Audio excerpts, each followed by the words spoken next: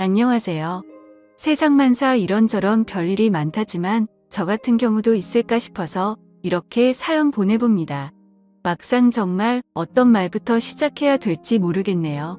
일단 먼저 제 이야기하자면 저는 올해 30대 초반의 남자입니다. 제 나이대의 남자가 그렇듯 저도 정말 진지하게 결혼하고 싶었고 그렇게 결혼 전제로 만나던 여자 있었습니다. 그녀 친구의 소개받아서 만났던 여자였고 그 여자친구와 3년 정도 연애했습니다. 3년의 연애 기간 동안 사귀면서 초반에는 순탄하지만 않았는데 연애하는 동안에 한 번 헤어진 적도 있었습니다. 여친이 저를 만날 때 취준생이었죠. 취업을 정말 하고 싶어 했으나 그때마다 낙방하여 1년 동안의 기간 동안 히스테리가 너무 심하였습니다. 자신이 낙방하여 화가 나는 부분에 대한 것들 저에게 화내고 욕성하며 풀었거든요. 저도 처음에 어느 정도 이해하고 받아줬습니다. 오죽하면 낙방하는 날만 되면 제가 눈치 너무 보고 있던 게 느껴졌는지 여친이 저한테 우리 그냥 잠시 동안 서로 각자의 시간 좀 가져보자며 저랑 어울릴 시간 동안 지금 일에 집중해서 취업부터 해야 할 것 같다며 서로 그렇게 헤어졌었습니다. 그만큼 여친이 성격이 좀 있는 편이었습니다. 그렇게 여친과 헤어진 지 얼마 지나지 않아 여친이 대기업에 취직하게 되었고 취직하자마자 저한테 연락 와서 그동안 자기 때문에 정말 미안했다며 밥 한번 같이 먹고 싶다라는 말에 다시 만나게 되었습니다. 그리고 취직한 이후로 2년의 기간 동안 사실 별 문제 없었습니다. 여전히 여친의 성격적인 부분으로 인해 문제가 좀 있었으나 본인이 취업하면서 자존감을 회복했는지 화가 나면 여전히 성격이 나오긴 했지만 웬만해서는 화를 내지는 않더라고요. 저희의 연애는 20대 후반부터 시작해서 30대로 이어지자 양가 부모님께서도 이제 다 알고 계셨고 슬슬 여친 집에서 결혼할 나이인데 왜 인사 오지 않느냐며 말하셨다고 하더군요. 제가 아직 능력이 부족해서 집을 살 형편이 안 되어 말 못 꺼냈다고 말하니 여친이 저보고 사회 초년생 주제에 무슨 집이냐며 다 늙어서 결혼할 거야 라는 말에 저도 납득하고 인사드리러 갔습니다. 그런데 처음 보자마자 장인어른은 자신의 재산은 다 필요가 없다며 무남동녀 외동딸이라 어차피 줄 데가 없으니 결혼할 때 자가로 가지고 있는 아파트가 있는데 거기서 일단 살라고 하시더군요. 장인어른은 대기업 회사원으로서 일하시다 은퇴하시고 고문으로 일하고 계신다고 들었습니다. 재산이 그렇게 막 부자까지 아니더라도 집은 2채 정도 가지고 계신다고 하더군요. 그리고 장모님은 평생을 전업주부로 사셨다고 들었습니다. 사실 저희 집 형편은 아내 집에 비해서 그렇게 넉넉한 편이 아니라서 제가 결혼하는 비용도 겨우 마련할 정도였죠. 집에 손을 벌리거나 그런 기대는 할 수조차 없었거든요. 아버지께서 하시던 일이 잘 안 되셔서 빚만 넣으셨고 제가 월급 받은 돈으로라도 도와드리려고 하자 이 돈마저 주면 너는 결혼 어떻게 할 거냐며 오히려 부모인 내가 도와주지는 못해도 너 돈만큼은 너가 결혼하는데 쓸 수 있도록 모으라며 말하셨습니다. 그렇게 모은 돈 1억에 아버지가 그래도 결혼한다고 모으신 돈 3천만 원 주셨습니다. 그렇게 저희는 결혼을 하기로 했습니다.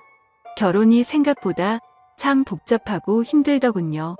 아내와 저는 결혼 예식장부터 예물 신혼여행까지 많이 다니며 알아보는 과정 중에 의견 차이로 사소한 다툼이 좀 많았습니다. 순간 결혼식 준비하다가 헤어진다는 커플들이 이해가 되더라고요. 저는 최대한 아껴서 미래를 준비하려는 저와 다르게 한 번뿐인데 최대한 성대하게 하고 싶은 아내 때문에 정말 많이 싸웠습니다. 그래도 어찌어찌 이야기 진행하여 결혼식 전날 자기는 친구들이랑 결혼 전에 밥도 사주고 놀고 오겠다고 말하며 저보고는 총각 파티하러 가라고 하더군요.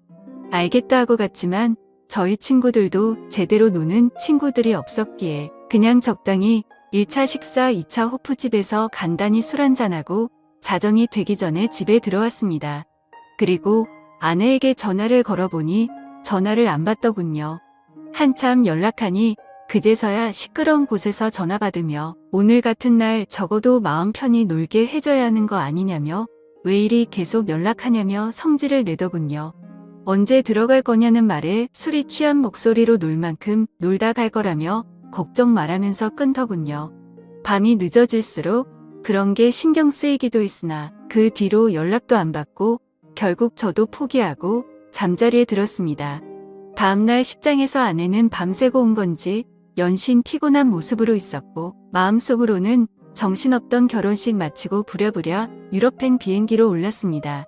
저희 그 후에도 신혼기간 동안 많이 다퉜습니다. 전날 뭐 하느라 계속 연락 안 되었냐, 어디에 있었냐는 제 질문에 친구들끼리 있는 거 뻔히 알면서 왜 그런 질문하냐고 성질만 내는 아내와 다퉜었죠. 결국 해외까지 와서 이렇게 싸우는 건 아니다 싶어서 그냥 제가 사과했습니다. 화내서 미안한데 어느 남편이 아내가 결혼식 전날 연락도 안 되고 밤에 노는 게 기분 좋겠냐고 화 풀고 좋게 지내자고 했습니다. 남은 기간은 나쁘지 않게 보냈고요. 그렇게 신혼여행 마치고 돌아왔는데 아내가 갑자기 임신이라더군요. 저는 그때부터 기뻐하는 마음커녕 계속 불길한 생각이 들더군요. 정말 내 아이가 맞는 걸까라는 생각이 계속 들었습니다. 계속 찜찜하게 연락이 안 되던 결혼식 전날이 떠올랐지만 아내한테 그런 걸 표현할 수 없었죠. 아내는 임신한 걸 가지고 대단한 유세처럼 저에게 다시 히스테리를 부리며 입덧으로 인해 저를 그냥 노예처럼 부리려고 했고 저는 그런 아내에게 맞춰주면서도 마음속의 불안감 때문에 점점 저도 미쳐버릴 것 같더군요. 결국 이 찜찜한 불안감 때문에 아내의 뒷조사를 하기 시작했습니다. 아내는 자기 자신의 영역에 대해서 철두철미한 스타일입니다. 자기 물건 건드리는 것도 싫어했고 자신의 폰 보는 것도 싫어했기에 항상 폰에 비밀번호가 걸려 있었고 그걸 알아내기 위해 정말 티 안 나게 한 달 넘게 곁눈질로 봐서 알아냈고 아내는 잠기가 밝은 편이라 제가 잠자는 도중에 조금만 움직여도 깨는 편이었습니다. 의심도 많아서 제가 자기를 의심하는 걸 눈치채기라도 해서 만약 제 불안한 생각이 틀렸을 때는 엄청 난리칠 게 안 봐도 뻔히 보였던 터라 저는 더욱 조심스러웠지만 다른 것도 아니고 임신에 관해서는 필히 확인해보고 싶었습니다. 그래서 기회를 노리고 있었는데 아내가 주말 점심시간쯤 낮잠을 잔다며 방에 들어갔는데 피곤했는지 휴대폰을 거실 소파에 그대로 놔두고 정신없이 들어가더군요. 그렇게 아내가 잠자는 동안 핸드폰을 열어볼 수 있게 되었습니다. 정말 무슨 첩보 영화 남자 주인공처럼요. 이렇게 열어본 휴대폰 하나하나 카톡에 있는 대화를 보는데 저는 제발 제 불안한 생각이 간절하게 틀리길 바랐었습니다. 카톡 대화 내용을 살펴보니 아내의 전남친과 대화한 내용이 있었고 둘의 대화 내용에는 전남친이 말하길 어제 오랜만에 좋았다고 결혼식은 잘했냐? 며 대화를 나누다가 아내가 갑자기 임신 이야기를 전남친에게 말하자 전남친은 말하길 그거 혹시 내 아이 아니지? 라고 남겨져 있더군요. 아내는 그 말에 몰라.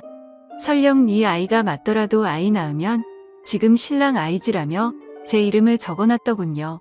전남친은 당황했는지 네가 안전하다고 했잖아 라는 말에 답변에 안전하겠지. 누구인지 티 안 나잖아. 꽤 스릴 있다며라고 대화를 주고받았습니다. 그 이후로도 주기적으로 한 번씩 만났는지 오늘 볼래? 어디 모텔에 먼저 가 있어? 등의 대화들이 남겨져 있었습니다.